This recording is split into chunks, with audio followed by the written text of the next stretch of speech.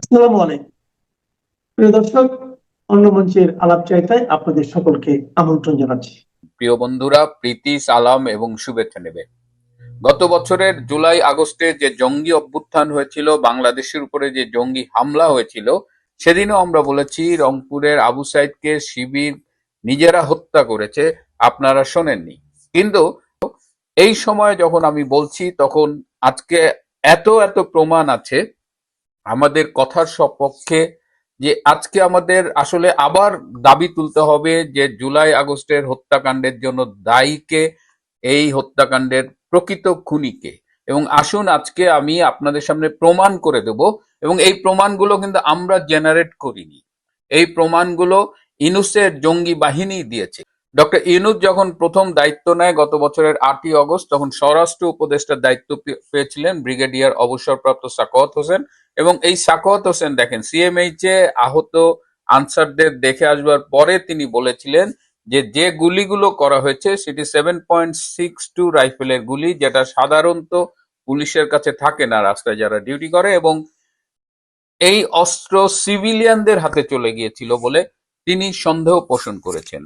সিভিলিয়ানরা আসলে কারা? আমরা কিন্তু এর আগে একটা ভিডিওতে দেখেছিলাম, আমার অনেক আগের একটা শোতেও দেখিয়েছিলাম যে বোরকা পরিহিত একজন, তার হাতে একটা AK-47 রাইফেল, এবং তিনি ভিড়ের মধ্য গিয়ে গিয়ে সেটা সেনাবাহিনীর ট্রাকে একজন সৈনিকের হাতে তুলে দিচ্ছেন।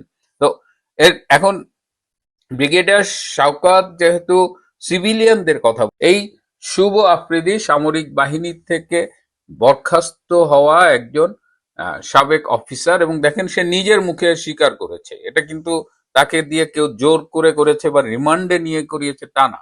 তাদের পক্ষের লোকই কিন্তু আবার বিভিন্ন সময়ে প্রমাণ দিয়ে দিয়েছে, তারা মেট্রো রেল ভেঙেছে, তারা এই সেতু ভবন ভেঙেছে। এবং এই প্রমাণগুলো থাকা সত্ত্বেও আমি জানি না শেখ হাসিনার পক্ষে যিনি রাষ্ট্র কর্তৃক নিয়োজিত আইনজীবী ছিলেন, যিনি ফাঁসির রায়ের পরে হাসতে হাসতে বলেছিলেন ভীষণ কষ্ট পেয়েছেন, সেই লোক এই প্রমাণগুলো আদালতের সামনে দিয়েছেন কিনা, এবং দিলেও কোনো লাভ হতো না, কারণ এই রায় পূর্ব নির্ধারিত এবং এই রায়ের আউটলাইন আগে থেকেই করা ছিল। এখন এই যে এতগুলো হত্যাকাণ্ড সংগঠিত হলো, এবং ডক্টর ইউনূস 2-3 দিন আগে সেনাবাহিনীর উদ্দেশ্যে একটি বক্তব্যে বলেছেন যে সেনাবাহিনী তাদের এই জঙ্গি অভ্যুত্থানে হেল্প করেছে, এটা আসলে সেনা এবং জঙ্গিদের একটা সম্মিলিত অভ্যুত্থান ছিল। এবং ডক্টর ইউনূস আরো বলেছেন যে এর সাথে বিদেশি শক্তিও জড়িত ছিল। আমরা বলি যে ডক্টর ইউনূস এর আগে যিনি মাহফুজ নামের একটা বাচ্চা ছেলেকে নিউ ইয়র্কে বলেছেন মাস্টার মাইন্ড, কিন্তু ডক্টর ইউনূস নিজে মাস্টার মাইন্ড ছিলেন, এবং ডক্টর ইউনূস এই যে বিদেশে বসে দেশ বিরোধী ষড়যন্ত্র, শেখ হাসিনা বিরোধী ষড়যন্ত্র, সেখানে ফান্ডিং করেছেন। আগস্টের 5 তারিখের আগে তিনি প্যারিসে ছিলেন, তখনও তিনি ফোনে অনেকের সাথে যোগাযোগ করেছেন। এখন আমি প্রশ্ন তুলতে চাই যে হত্যাকাণ্ডের দায় ইউনূস এবং তার জঙ্গি বাহিনীর, যে হত্যাকাণ্ডগুলো তারা সংগঠিত করেছে তার স্বীকারোক্তি আছে, সেখানে আমরা তো বলতে চাই যে প্রতিটা মৃত্যুর একদম বিশদ তদন্ত হোক, বের করা হোক, এবং বের করলে দেখা যাবে যে অধিকাংশ হত্যাই ইউনূসের জঙ্গি বাহিনী করেছে। কিছু হত্যা পুলিশ করেছে, ইটস ট্রু, কারণ যখন রাষ্ট্রীয় গুরুত্বপূর্ণ স্থাপনা আক্রান্ত হয় তখন হয়তো তার স্থানীয় ম্যাজিস্ট্রেট বা যারা থাকে তাদের নির্দেশে হয়তো পুলিশ গুলি করে, এবং সেই গুলিতে কিছু ক্যাজুয়ালিটি হতে পারে। কিন্তু একথা জোর দিয়ে বলা যায় যে এই মৃত্যুর অধিকাংশই ইউনূসের কিলার বাহিনী দ্বারা সংঘটিত হয়েছে। এই টোটাল জুলাই আগস্টে প্রচুর পুলিশ মারা গেছে, সরকারিভাবে বলা হচ্ছে 44 জন পুলিশ মারা গেছে, কিন্তু বাস্তবে এই সংখ্যা 3000 পর্যন্ত হতে পারে। অনেক পুলিশ আজ অব্দি মিসিং। এই পুলিশদের কারা হত্যা করলো সেই বিচারটা কেন আজ পর্যন্ত হচ্ছে না? তাড়াহুড়া করে আইসিটিতে একটা বানোয়াট মিথ্যে মামলায় শেখ হাসিনাকে খুনের দায়ে একটা মৃত্যুদণ্ডের রায় দিয়ে একটা মানে এর ফলে কি হয়েছে, অধিকাংশ মানুষ এবং পৃথিবীর অধিকাংশ সংস্থা বলেন, দেশ বলেন, তারা কিন্তু এই বিচারটাকে প্রত্যাখ্যান করেছে। কেবলমাত্র যারা একদম ডাইহার্ট রাজাকার, ডাইহার্ট জামাত শিবির কিংবা বিএনপির এক অংশ যারা জামাতেরই অপভ্রংশ বলে আমরা মনে করি, তারা ছাড়া সবাই এটি প্রশ্ন তুলছে। আওয়ামী লীগের উচিত হবে, যারা শেখ হাসিনার পক্ষে কাজ করছেন তাদের উচিত হবে এই বিশ্বের কাছে তুলে ধরা যে জুলাই আগস্টের হত্যাকাণ্ডের মূল খুনি হলো ডক্টর ইউনূস এবং তার অনুসারীরা। সব তথ্য প্রমাণ বিশ্লেষণ করে এবং দেখে একথা নিশ্চিত করে বলা যায় যে শেখ হাসিনার নির্দেশে একটিও হত্যাকাণ্ড সংঘটিত হয়নি এবং তিনি কোনো খুনের বা হত্যার নির্দেশ দেননি। নমস্কার, আমি তরুণ ঘোষ।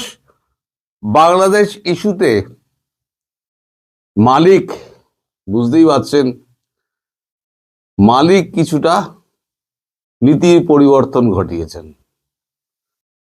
শরৎচন্দ্র চট্টোপাধ্যায় একটা বই লিখেছেন রামের সুমতি।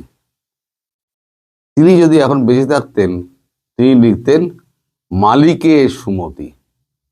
মালিক অনেক ভেবে চিনতে দেখেছেন যে বাংলাদেশের কাছ থেকে পাবোটা কি। আলটিমেটলি ভারত তো আমায় করতে দেবে না, আমি যা চাইবো ভারত যদি বেঁকে বসে তাহলে আমি বাংলাদেশের বুকে করতে পারবো না। এদিকে ভারতকে আমি খেপিয়ে দিয়েছি। দুটো দেশকে, ভারতকে, তিনটে দেশকে ভারত আমেরিকা খুব ভয় পায়। এক হচ্ছে রাশিয়া, দুই চীন, তিন হচ্ছে ভারত। এক একজনের ক্ষেত্রে ভয় পাওয়ার এক এক রকম ভূমিকা আছে।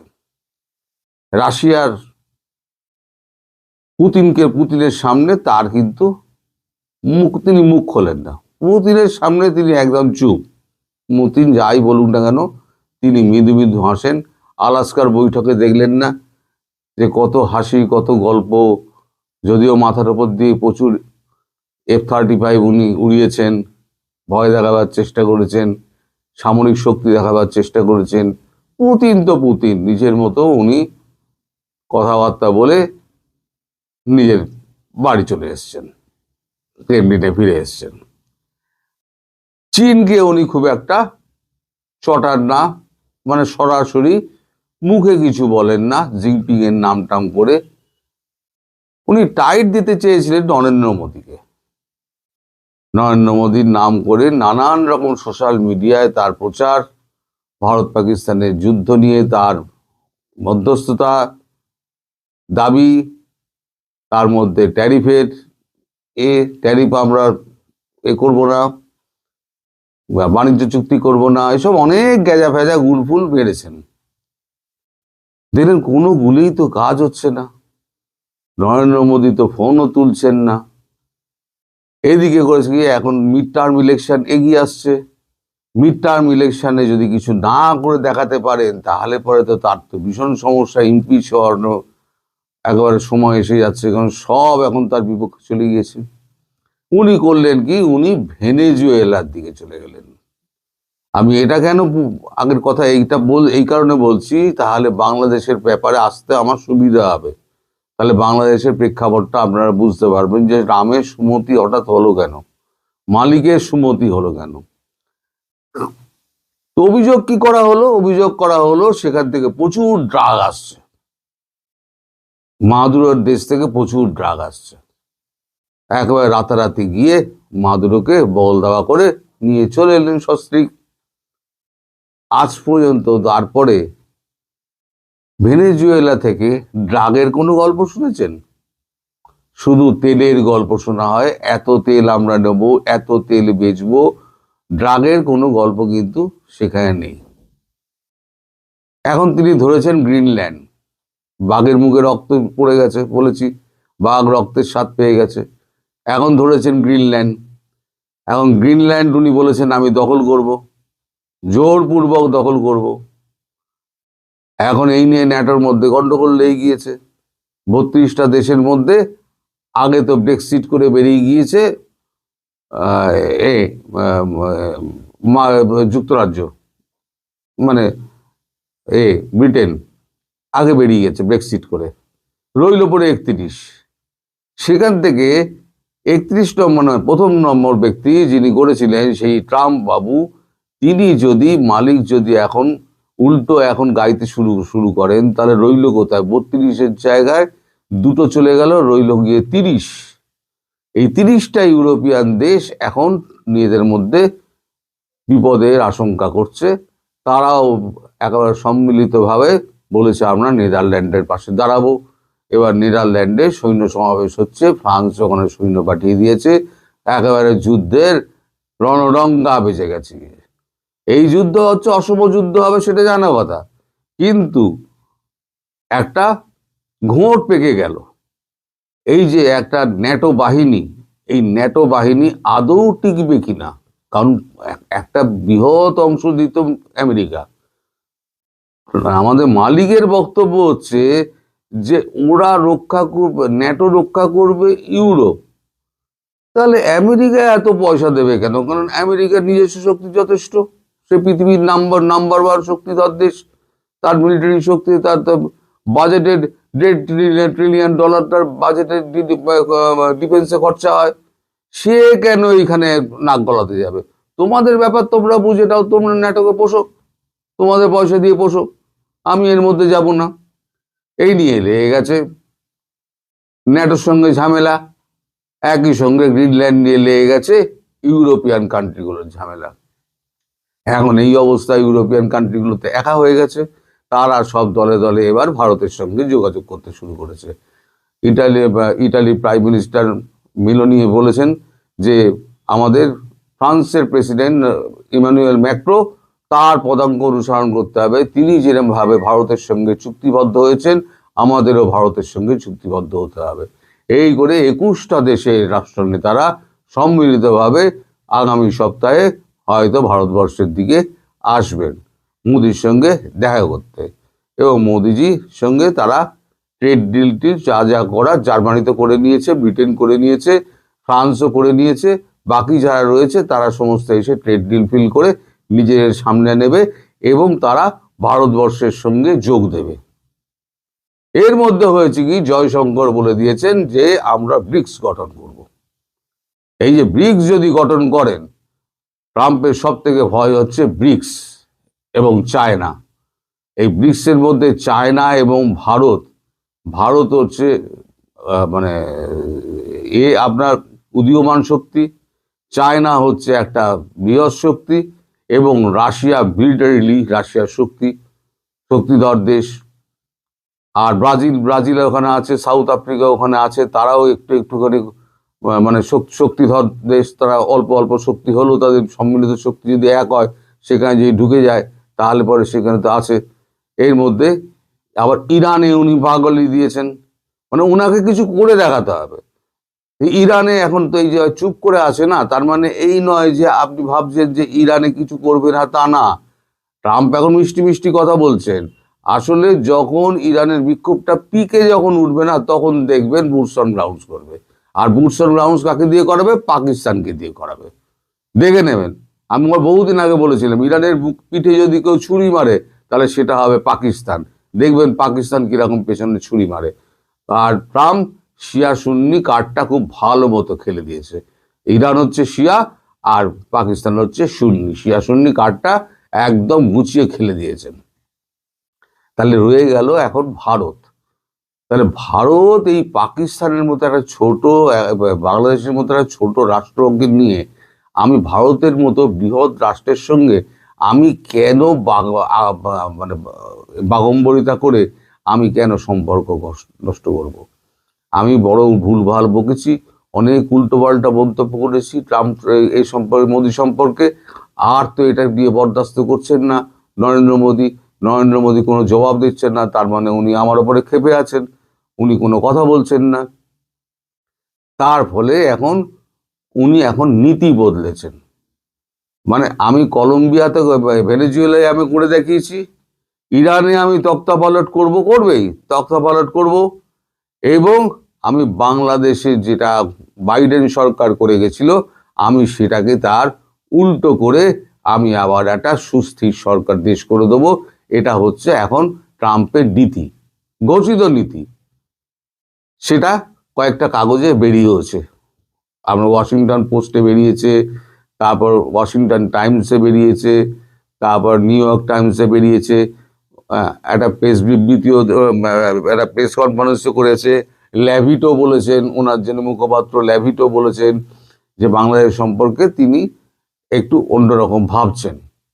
এখন অন্যরকম ভাবা কি, একই ঢিলে দুই পাখি মারবে।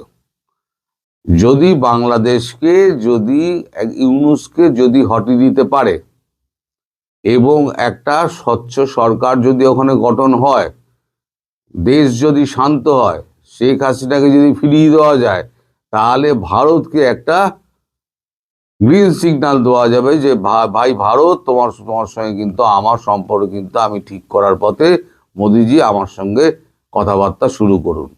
তারপরে এটা যদি হয়ে যায় তাহলে দেখবেন যে একেবারে ভারত আর মার্কিন যুক্তরাষ্ট্রের একেবারে পূর্বের যে আপনার ছিল, মানে সম্পর্ক ছিল, সেই সম্পর্ক আবার পুনরায় বহাল হয়ে যাবে। তবে ল্যাভিড এবং যা ইঙ্গিত দিয়েছেন এবং ট্রাম্পের যা বক্তৃতা আমি শুনেছি, তাতে ট্রাম্প পরিষ্কার এটা বলছেন যে ভুল হয়েছে, যেটা মার্কো রুবিও বলেছিলেন যে ভুল বাইডেন এখন বাইডেন প্রশাসনের নামে এখন পুরো এটা দিয়ে দিচ্ছে ব্লেমটা। তা উনি তো প্রথম বলেছিলেন না 400 মিলিয়ন দেওয়া সে মাইক্রো ক্রেডিট ভদ্রলোক কোথায়, তারপরে তো আর উনি কিছু বলেননি। এখন বেছে বেছে একেবারে রাষ্ট্রদূত নিয়োগ করা হচ্ছে সেই রকম, যিনি বাংলাদেশকে হাতে তালুর মতো চেনেন। এদিকে আপনার যে দক্ষিণ পূর্ব এশিয়া এবং মধ্য এশিয়ার যে চার্জে যাকে দেওয়া হয়েছে, তিনিও একজন তুখোড় লোক, সার্জিও গোর। তিনিও এসে একেবারে অজিত দোভালের সঙ্গে আর এর সঙ্গে বিদেশ মন্ত্রীর সঙ্গে আমাদের জয়শঙ্কর, তার সঙ্গে বসে একেবারে ধোঁয়াধার ব্যাটিং করছেন। সব মিলিয়ে বাংলাদেশে সুসময় আসছে। অর্থাৎ আমি যেটা বলেছিলাম যে ইউনূস টিকবে না এবং এই ভোট হবে না, এই যে ভোট করার ব্যাপারে আওয়ামী লীগকে অন্তর্ভুক্ত করার ব্যাপারে এই যে দুজন কূটনীতিক গিয়েছিলেন ইউনূসের সঙ্গে দেখা করতে, ইউনূস যেখানে মানে বিরক্ত হয়ে রাগের মাত্রা হারিয়ে উনি বিস্কুট আছড়ে নিচে ফেলেন, সেইখানে ওনাকে বলা হয়েছিল যে আওয়ামী লীগকে আপনি ফেরাবেন কি করে। তো উনি বলেছিলেন ট্রুথ কমিশন। তো এরা বলেছিল ট্রুথ কমিশন কি, ট্রুথ অ্যান্ড রিকনসিলিয়েশন কমিশন না কি একটা আছে, সেটা তো আন্তর্জাতিক স্তরে হয়, আপনি কি করবেন। তখন বলে ভোট আমি করবোই 12 তারিখ। উনি ওনারা যাওয়ার সময় বলে গেছেন আচ্ছা দেখা যাবে, লেটস সি। তার মানে আমেরিকা ভোটটা করতে দেবে না, আর ভারত তো করতে দেবেই না। সুতরাং আমি যেটা আগেও বলে যাচ্ছিলাম, এখনো বলে যাচ্ছি, ভবিষ্যতেও 12 তারিখে আমি রাত্রিবেলা 12:59 বলবো যে ভোট হচ্ছে না। আপনারা নেহাতি চিন্তা হচ্ছেন ওই প্রধানমন্ত্রী হওয়ার স্বপ্ন তারেকের হবে না। তারেককে আবার লন্ডনে ফিরে যেতে হবে। তিনি ওই পাস নিয়ে এসছেন, সাময়িক একটা পাস নিয়ে এসছেন, তিনি আবার ফিরে যাবেন। জামাত যে যার গর্তে ঢুকে যাবে, শেখ হাসিনা ফিরে যাবেন। ওখানে একটা অন্তর্বর্তী সরকার একটা তৈরি হবে, সেটা ভারতের মনোনীত সদস্যকে দিয়ে তৈরি হবে, আর নির্বাচন হবে। আর নির্বাচন হলে কি হবে আপনি আমি সবাই জানি। তারপরে হবে আসল খেলা, যে খেলা এই যে যত কচি কচা সংসদ যত মনে ছিল না মন্ত্রী হবে, এইসব মন্ত্রী ফন্ত্রী হওয়া, এই যে মিটিং করে জামাতের সঙ্গে আমার 6 জন মন্ত্রী হবে, তার মানে 6 জন মন্ত্রী হবেন উনি একেবারে নিশ্চিত হয়ে গেছেন। তাহলে কিরকম ইলেকশন উনি অ্যারেঞ্জ করছেন আর কি, এইরকম ইলেকশনের কি মাথা মুন্ডু আছে ভগবান জানে। হ্যাঁ, তা আবার বলছে ইতিহাসের সর্বশ্রেষ্ঠ ইলেকশন হবে, সারা পৃথিবী চেয়ে দেখবে এরকম একটা ইলেকশন। চেয়ে পৃথিবী দেখবে বটে যদি ইলেকশনটা হয়। আর আপনি যদি সুস্থ শরীরে দেশে জেলের বাইরে থাকেন, তারপর কি হবে জেলের ভেতরে সে তো আল্লাহ জানে, আর আপনার ভাগ্য, আমরা তো জানি না। তবে মালিক কিন্তু ঘুরে গেছে, মালিক কিন্তু আপনাকে আর বাঁচাতে আসবে না। মালিকের লোকজন আপনাকে এখন শুধু চাপ দেবে, আর এখানে স্যাংশন ফ্যাংশনের মুখে ফেলে আপনাকে একেবারে পর্যুদস্ত করে দেবে। সুতরাং 12 তারিখে ইলেকশন তো হচ্ছেই না, হয়তো ইলেকশন পেছোতে পারে, সেখানে একটা অন্তর্বর্তী সরকার নিরপেক্ষ একটা সরকার হবে সবাইকে নিয়ে, সেখানে একটা নির্বাচন হবে, সেখানে সব দল থাকবে নির্বাচনে, সেইটা হবে শেখ হাসিনার প্রত্যাবর্তন। কারণ সেটা কবে হয় খুব নজর রাখুন, যেরকম তৎপরতা চলছে তাতে খুব একটা দেরি হবে বলে আমার মনে হচ্ছে না। কারণ মালিক একেবারে প্রকাশ্যে বলে দিয়েছেন আমি আর পূর্বের অবস্থানে নেই। সুতরাং অপেক্ষা করুন, সবাই ভালো থাকুন। মানে গতকালকে হাসনাত আব্দুল্লাহর এই বক্তব্যের পর এটা নিয়ে চারদিকে আলোচনা শুরু হয়েছে যে হাসনাত আসলে কাকে বলছেন, কাকে তিনি এই ভণ্ড হিসেবে আখ্যায়িত করেছেন। এটা কি সার্জিস, নাকি নাসির উদ্দিন পাটোয়ারি, নাকি আসলে অন্য কোন দলের রাজনৈতিক নেতাকে? যদি অন্য কোন দলের রাজনৈতিক নেতাকে বলেন, হাসনাতের একটু ভাবা উচিত ছিল আসমানে স্যাপ মারলে, মানে থুথু মারলে সেটা নিজের গায়ে আসে। কারণ এনসিপির মধ্যেও তো আমরা এই ধরনের লেবাস দেখতে পারি, যেটা হাসনাত আব্দুল্লাহ মনে করেন যে এটা ভণ্ডামি। তো ভণ্ডামিটা কি?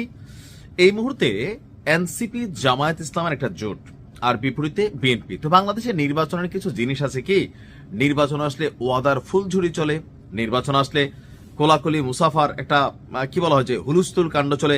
এর বাহিরে আরেকটা আসে, সেটা হচ্ছে পাঞ্জাবি পড়া। একজন রাজনৈতিক নেতা তিনি পাঞ্জাবি পড়বেন।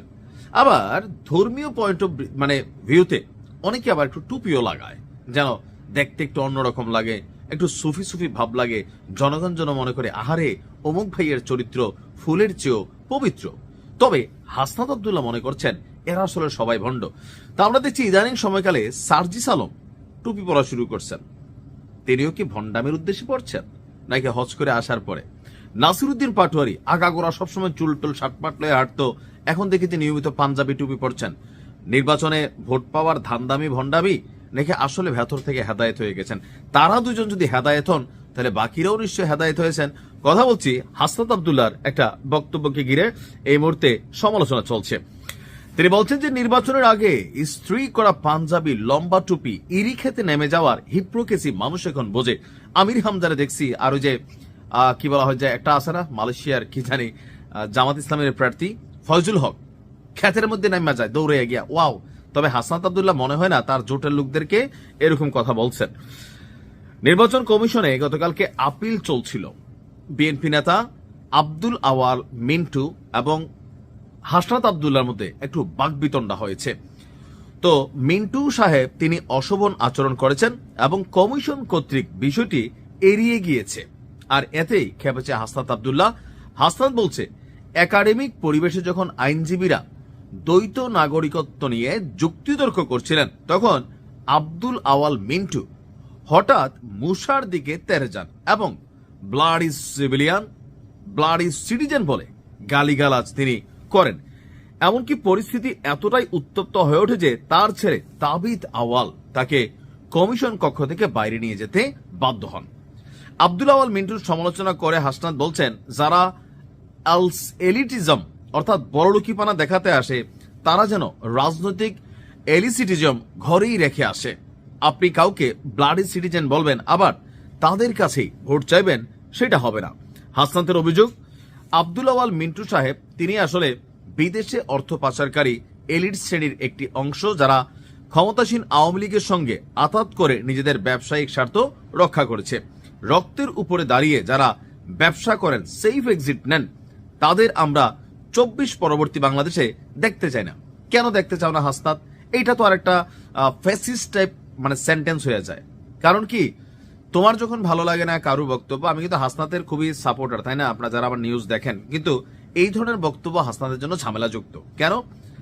আমার মতের বিরুদ্ধে গেলে ভাই তার পক্ষে সরকার কাজ করে, আমার পক্ষে আসলে সরকার নিরপেক্ষ। নাকি একটি শ্রেণীকে সাপোর্ট দিচ্ছে যখন আমার বিপরীতে যায়, যখন আমার বিপরীত মতের মানুষ হবে তাকে দেশে থাকতে দিবে না, 24 পরবর্তী বাংলাদেশে দেখতে চাই না। তো কোনো সময় 24-এর জায়গায় তো 48 পরবর্তী হইতে পারে, 37 পরবর্তী হইতে পারে, 30 পরবর্তী হইতে পারে। তখন তো তোমাদের সবাইরও মানুষ দেশ থেকে বের করে দিবে, বা তোমরা পালাই যাবা। কেন?